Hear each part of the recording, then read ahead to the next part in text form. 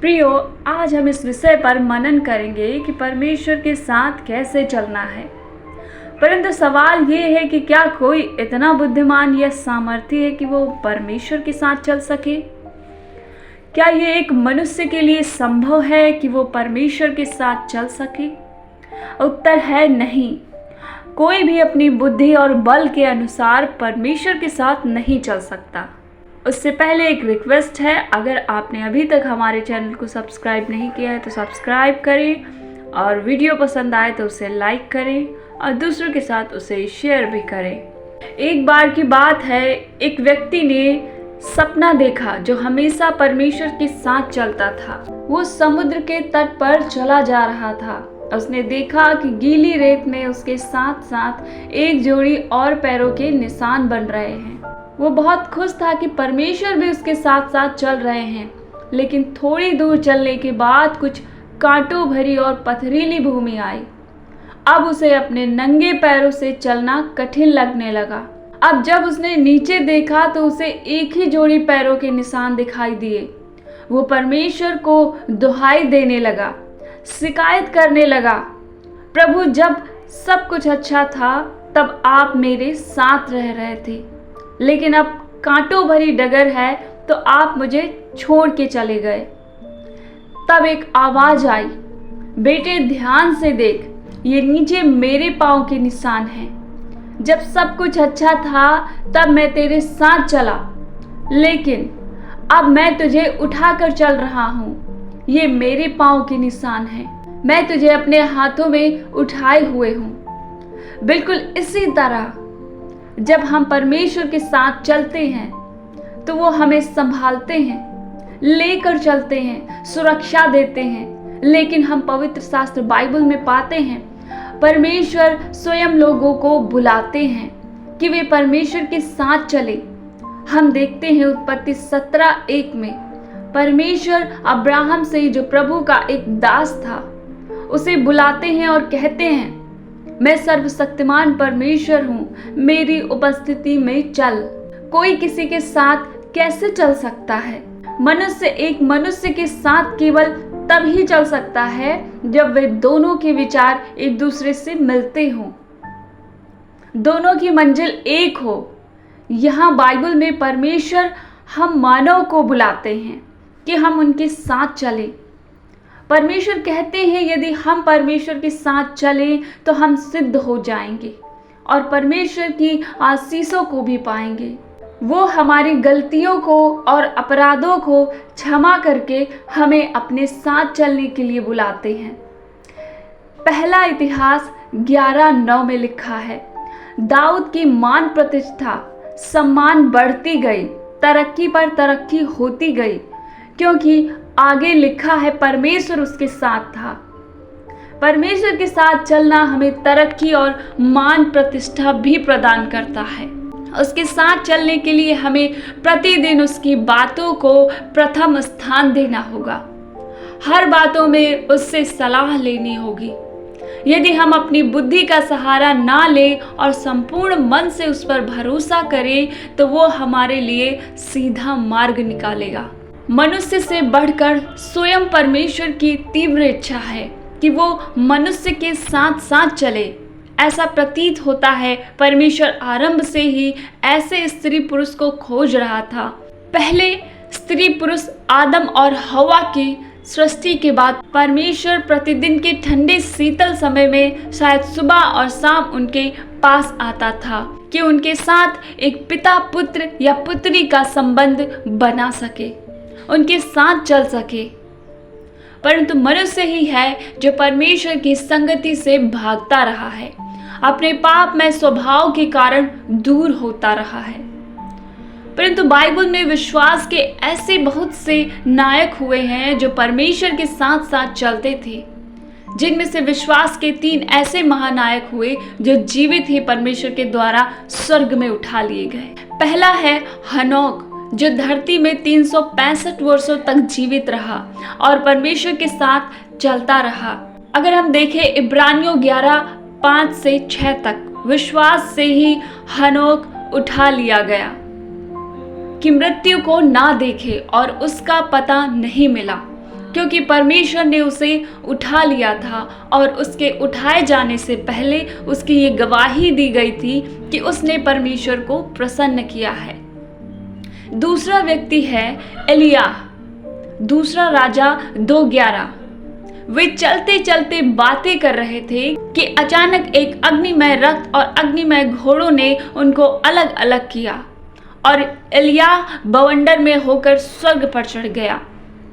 तीसरा स्वयं प्रभु यीशु जो जीवित ही स्वर्ग में उठा लिए गए। इन तीनों में जो बातें समान थी वे उनका विश्वास और आज्ञाकारिता थी। विश्वास और आज्ञाकारिता ही वो रहस्य है जिसके द्वारा हम परमेश्वर को खुश कर सकते हैं। परमेश्वर के साथ साथ चलना की सबसे पहली शर्त विश्वास और आज्ञाकारिता ही है, जिसके बिना कोई भी परमेश्वर को प्रसन्न नहीं कर सकता।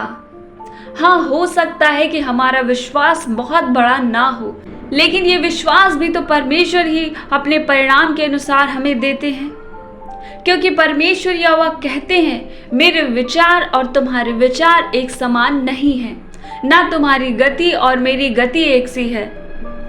जिस प्रकार एक पिता अपने उस बेटे को जो अभी अभी चलना सीखा है छोड़कर आगे नहीं बढ़ जाता, बल्कि अपने बेटे की गति के अनुसार धीमे धीमे चलता है, उसी प्रकार परमेश्वर भी अपनी गति को धीमा कर हमारे साथ चलता है।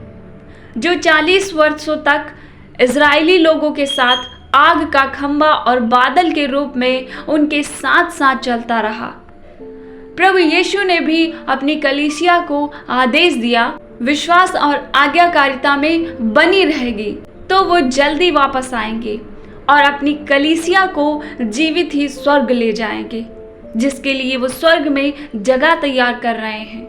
हे भाइयों, मैं केवल ये एक काम करता हूँ कि जो बातें पीछे रह गई हैं उनको भूलकर आगे की ओर बढ़ता हुआ निशाने की ओर दौड़ा चला जाता हूँ, ताकि वो इनाम पाऊँ जिसके लिए परमेश्वर ने मुझे मसीह यीशु में ऊपर बुलाया है। ये लिखा है फिलिपियों 3:13-14 में।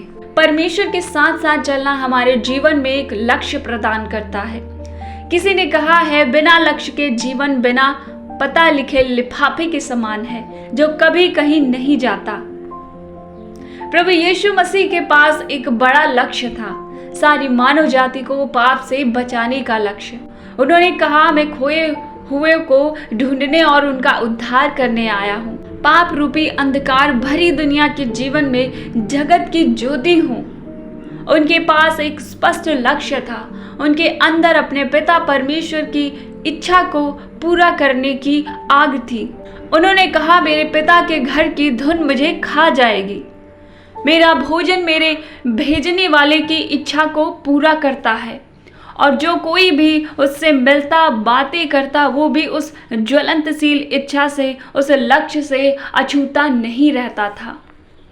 प्रभु यीशु का महान चेला पतरस भी जब हारा हुआ निराश होकर झील के किनारे प्रभु यीशु से मिला तो प्रभु ने उसके जीवन में एक चमत्कार किया, और जिस स्थान में वो हार गया था उसी स्थान में उसे नाव भरकर मछली देकर उसे विजयी किया, और ये कहकर कि मेरे पीछे हो ले, मैं तुझे मनुष्यों को पकड़ने वाला मछुआरा बनाऊंगा। पतरस की हैसियत से बढ़कर एक लक्ष्य दिया। लूका रचित सुसमाचार अध्याय 10 वचन 17-20 में एक घटना का वर्णन है।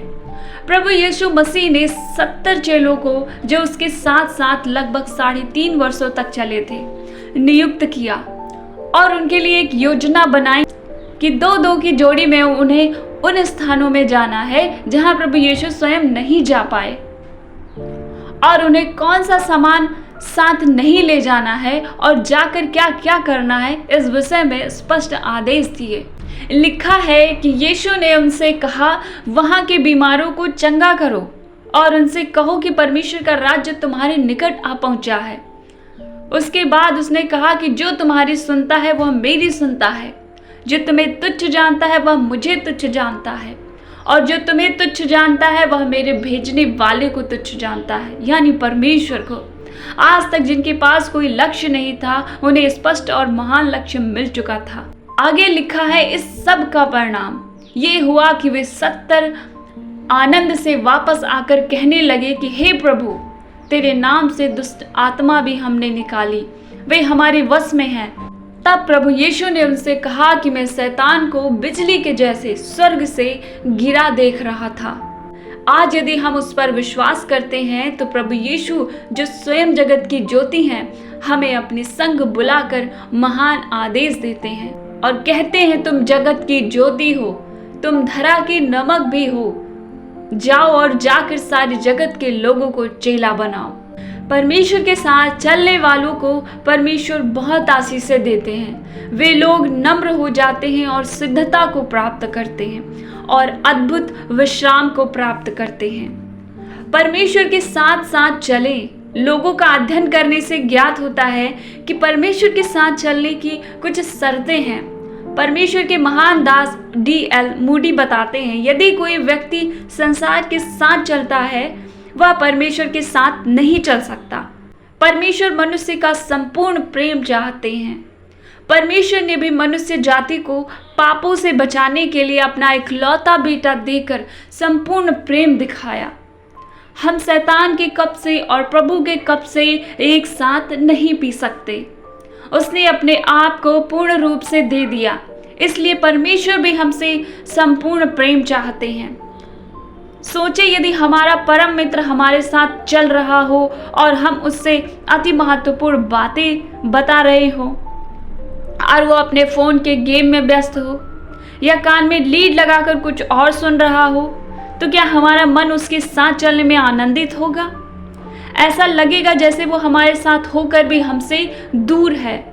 उसका मन तो हमारे साथ है ही नहीं। ठीक उसी प्रकार परमेश्वर भी हमसे चाहते हैं कि तू अपने परमेश्वर से सारे मन से और सारे प्राण और सारी शक्ति से और सारी बुद्धि से प्रेम करना। जैसा दिन को सोहता है वैसा ही हम सीधी चाल चलें, ना कि लीला क्रीड़ा और पियक्कड़पन, न व्यभिचार, न लुचपन और न झगड़े और न ढाह में। रोमियो 13:13। हे मनुष्य, वो परमेश्वर तुझे बता चुका है कि अच्छा क्या है और यहोवा तुझसे इसे छोड़ और क्या चाहता है। तू न्याय से काम करे और कृपा से प्रीति रखे और अपने परमेश्वर के साथ नम्रता से चले। परमेश्वर अति पवित्र है और वो चाहते हैं कि उसके साथ साथ चलने वाले भी पवित्र हो जाएं। उसके उजाले में अर्थात पवित्रता में चलें। हमें पवित्र जीवन जीने के लिए वो अपना पवित्र आत्मा भी देते हैं। समय समय पर हमें चिताता है, समझाता है, कटाई छटाई भी करता है। जरूरत पड़ने पर वो हमें लाठी और सोटे का भी इस्तेमाल करता है हम पर। इन सभी बातों को वो अपने अथाह प्रेम के कारण करता है। परमेश्वर ने राजा सुलेमान को भी आदेश देते हुए कहा, और यदि तू अपने पिता दाऊद की नाई अपने को मेरे सम्मुख जान कर चलता रहे और मेरी सब आज्ञाओं के अनुसार किया करे और मेरी विधियों और नियमों को मानता रहे, तो मैं तेरी राजगद्दी को स्थिर रखूंगा, जैसे कि मैंने तेरे पिता के साथ वाचा बांधी थी कि तेरे कुल में इज़राइल पर प्रभुता करने वाला सदा बना रहेगा। परंतु यदि तुम लोग फिरो और मेरी विधियों और आज्ञाओं को जो मैंने तुमको दी है त्यागो और जाकर पराये देवी देवताओं की उपासना करो और उनसे दंडवत करो, तो मैं उनको अपने देश में से जो मैंने उनको दिया है जड़ से उखाड़ दूंगा और इस भवन को जो मैंने अपने नाम के लिए पवित्र किया है अपनी दृष्टि से दूर करूंगा, और ऐसा करूंगा कि देश देश के लोगों के बीच उसकी उपमा और नाम धराई चलेगी। दूसरा इतिहास 7:17-18। प्रभु यीशु ने कहा, जो मुझसे प्रेम करता है वह मेरी आज्ञाओं को मानेगा। सवाल ये है, क्या हम परमेश्वर के साथ चलना सीख रहे हैं या क्या हम परमेश्वर से प्रेम करते हैं? यदि हाँ, तो हम उनकी आज्ञाओं को भी खुशी खुशी मानेंगे, और यदि हम ऐसा करें तो परमेश्वर हमें अद्भुत सामर्थ्य से भरेगा। परमेश्वर के साथ चलना दंड से छुटकारा है।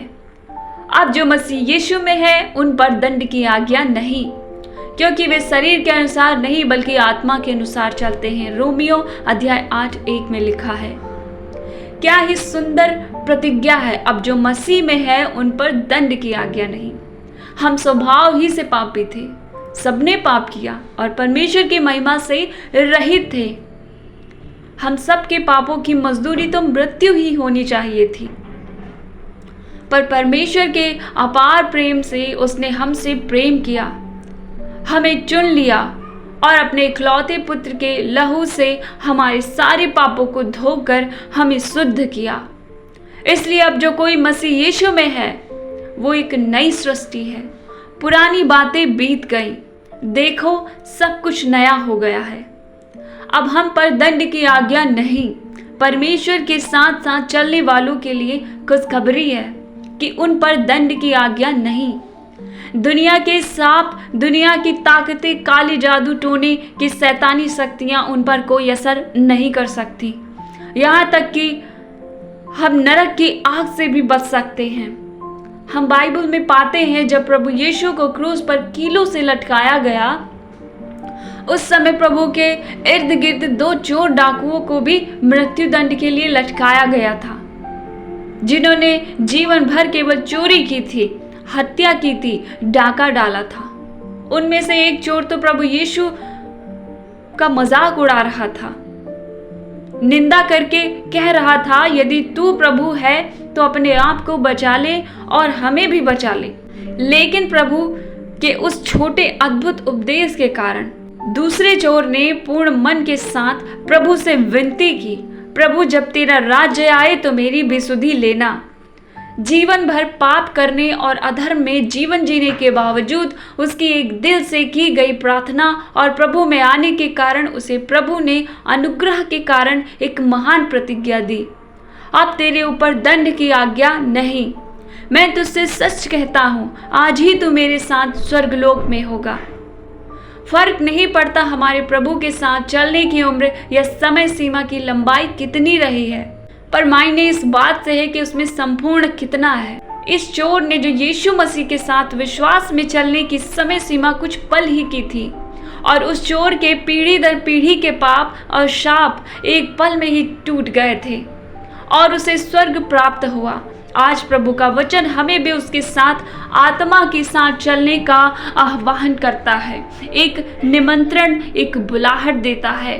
परमेश्वर के साथ चलना सिद्धता प्रदान करता है। देखेंगे उत्पत्ति अध्याय 17 वचन 1 से 2। जब अब्राहम 99 वर्ष का हो गया तब यहोवा ने उसको दर्शन देकर कहा, मैं सर्वशक्तिमान ईश्वर हूँ, मेरी उपस्थिति में चल और सिद्ध होता जा।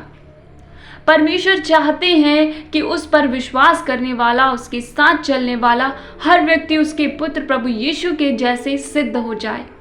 परमेश्वर सिद्ध है, हमारी धार्मिकता के काम हमें सिद्ध नहीं कर सकते, लेकिन मात्र परमेश्वर के साथ चलना ही हमें सिद्धता प्रदान करता है। परमेश्वर चाहते हैं कि हम सिद्ध होकर उससे बातें करें।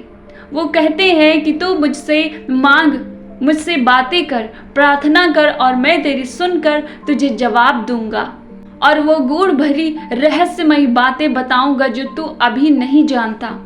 अब्राहम परमेश्वर के साथ बुजुर्ग अवस्था में पूरी विश्वास योग्यता के साथ चलने लगा और वेदी बनाकर परमेश्वर की उपासना करता था, और इस कारण कि एक दिन स्वयं परमेश्वर उसके घर आते हैं और अब्राहम अनजाने में परमेश्वर की पहुनाई करता है, उन्हें भोजन परोसता है। प्रभु उसके घर भोजन करते हैं और उसकी बूढ़ी पत्नी सारा को आशीष देते हैं कि अगले वर्ष तू एक बेटे को प्राप्त करेगी। ये सब अब्राहम और उसकी पत्नी के लिए बड़े ही आश्चर्य की बात थी, जैसे कोई स्वप्न हो। और तब थोड़ी देर में ही परमेश्वर अपने इस धरती में आने का कारण वो रहस्य अब्राहम को बताते हैं कि अब्राहम, मैं इस धरती से करोड़ों करोड़ों किलोमीटर दूर स्वर्ग से एक काम के लिए आया हूँ। उस शहर जहाँ तेरे रिश्तेदार रहते हैं, उस शहर सदोम और गमोरा का पाप इतना बढ़ गया है कि मैं उस शहर को आग और गंधक से नाश करना चाहता हूँ। सुन, तू मेरे साथ साथ चलता, मैं तुझसे कैसे कुछ छिपा सकता हूँ। अब्राहम चाहता तो अपने भतीजे लूत से बदला लेने के लिए ये एक अच्छा मौका सोच सकता था, लेकिन अब अब्राहम परमेश्वर के साथ साथ चलते चलते सिद्धता को प्राप्त कर चुका था। वो तुरंत घुटने में आकर अपने परमेश्वर से विनती करने लगा। वो उस शहर के लिए मध्यस्थता करता है और प्रभु से कहता है, यदि वहाँ कुछ धर्मी होंगे, प्रार्थना करने वाले होंगे, तो क्या आप उन्हें भी नाश कर देंगे? यहाँ परमेश्वर की अद्भुत नम्रता देखते हैं हम। अब्राहम परमेश्वर से गिड़गिड़ाता है और 50 से कम करते करते 10 धर्मी तक में आ जाता है। अब्राहम 10 में आकर रुक जाता है, लेकिन परमेश्वर उससे गुस्सा या क्रोधित नहीं हुए। उत्पत्ति 19:33 में लिखा है, अब्राहम अपने घर लौट गया। ऐसा लगता है परमेश्वर अभी भी चाहता था कि शायद अब्राहम और थोड़ा कम करवाता या और थोड़ी प्रार्थना करता तो शायद वो शहर या देश नाश नहीं होता। परमेश्वर हमें अपने साथ चलने की बुलाहट देता है ताकि हम सिद्ध होकर अपने देश को प्रार्थना करके बचा सकें। आइए आज हम अपने देश के लिए प्रभु की सिद्धता में होकर परमेश्वर से प्रार्थना करें। परमेश्वर के साथ चलना डर का अंत है। यदि परमेश्वर हमारी ओर है तो हमारा विरोधी कौन हो सकता है? रोमियो अध्याय 8 वचन 31। कल्पना करें कि एक स्कूल के छोटे बच्चे को गली के 2 शरारती लड़के मिलकर परेशान कर रहे हैं। यहाँ छोटा बच्चा बहुत ही डरा हुआ है और तभी वहाँ बच्चा मुड़कर देखता है कि उसका पिता, जो लंबा चौड़ा है और पूरे शहर का सबसे बड़ा पहलवान है, उसी मार्ग में आ रहा है। सोचिए इस शरारती लड़कों का क्या हाल होगा और उसके पुत्र के चेहरे में कैसी खुशी होगी, जो अभी तक डरा सहमा था, अब ये जान के बाद कि उसका पिता उसकी ओर से खड़ा है। उस बच्चे की चाल कैसी होगी? शायद वो बच्चा ऐसा ही कहेगा, मेरा पिता मेरे साथ है तो मेरा विरोधी कौन हो सकता है। परमेश्वर के साथ साथ चलने वाले भाइयों और बहनों, हमारे लिए बड़े ही सौभाग्य की बात है कि सारे संसार का सृष्टिकर्ता परमेश्वर हमारे साथ है। फिर हमें किस बात का डर? डर मनुष्य को अपाहिज बना देता है। डर और विश्वास एक साथ नहीं रह सकते। बाइबल डर शब्द के विलोम शब्द के रूप में विश्वास शब्द का उपयोग करती है। प्रभु यीशु ने अनेकों बार डरो मत परंतु विश्वास रखो। हमारे जीवन में या तो डर हावी होगा या विश्वास, दोनों एक साथ नहीं रहते, जैसे अंधकार और उजियाला। यदि हम परमेश्वर के साथ साथ चल रहे हैं तो हमें पूर्ण विश्वास होगा कि हमारी हर परिस्थिति में सर्वशक्तिमान परमेश्वर का पूर्ण नियंत्रण है और जो हमारे लिए सब कुछ पूरा करेगा। फिर वो बातें चाहे आत्मिक हो या भौतिक, चाहे सदृश्य हो या अदृश्य, वो हर एक आंधी तूफान को आदेश देकर शांत कर सकता है। उसके लिए सब कुछ संभव है। यशाया 43 वचन 1 से 2 और 5 में परमेश्वर का वचन हमें आदेश देता है, इज़राइल तेरा रचने वाला और हे याकूब तेरा सृजनहार यहोवा अब यूं कहता है, मत डर क्योंकि मैंने तुझे छुड़ा लिया है, मैंने तुझे नाम लेकर बुलाया है, तू मेरा ही है। जब तू जल में से होकर जाए मैं तेरे संग संग रहूंगा और जब तू नदियों में होकर चले तब वे तुझे डुबा ना सकेंगी, क्योंकि यहोवा तेरा परमेश्वर हूँ। मत डर, मैं तेरे साथ हूँ। हमें डरना नहीं है क्योंकि हम परमेश्वर के साथ हैं। उसने हमें छुड़ाया है और हमें भली भांति जानता है। वो हमें हमारा नाम लेकर बुलाता है क्योंकि स्वयं परमेश्वर हमारे साथ हैं। हमें डरना नहीं है क्योंकि स्वयं परमेश्वर ने हमसे वादा किया है कि वो हमारी कुछ भी हानि होने नहीं देंगे। हमें नहीं डरना है क्योंकि ये संसार अंत नहीं है और हम इस संसार में तो एक मुसाफिर हैं और उस दुनिया स्वर्ग के हैं जहां हम अनंत काल उसके साथ बिताएंगे। Hallelujah, hallelujah. आप सभी का धन्यवाद। इतने पेशेंस के साथ आपने इस मैसेज को सुना और प्रभु पर विश्वास किया, तो प्रभु भी आपके जीवन में इस मैसेज के द्वारा काम करेंगे। प्रभु के इस वचन को जरूर दूसरों के साथ शेयर करें और प्रभु के कार्य में हमारी मदद करें। आप सभी को जय मसीह की।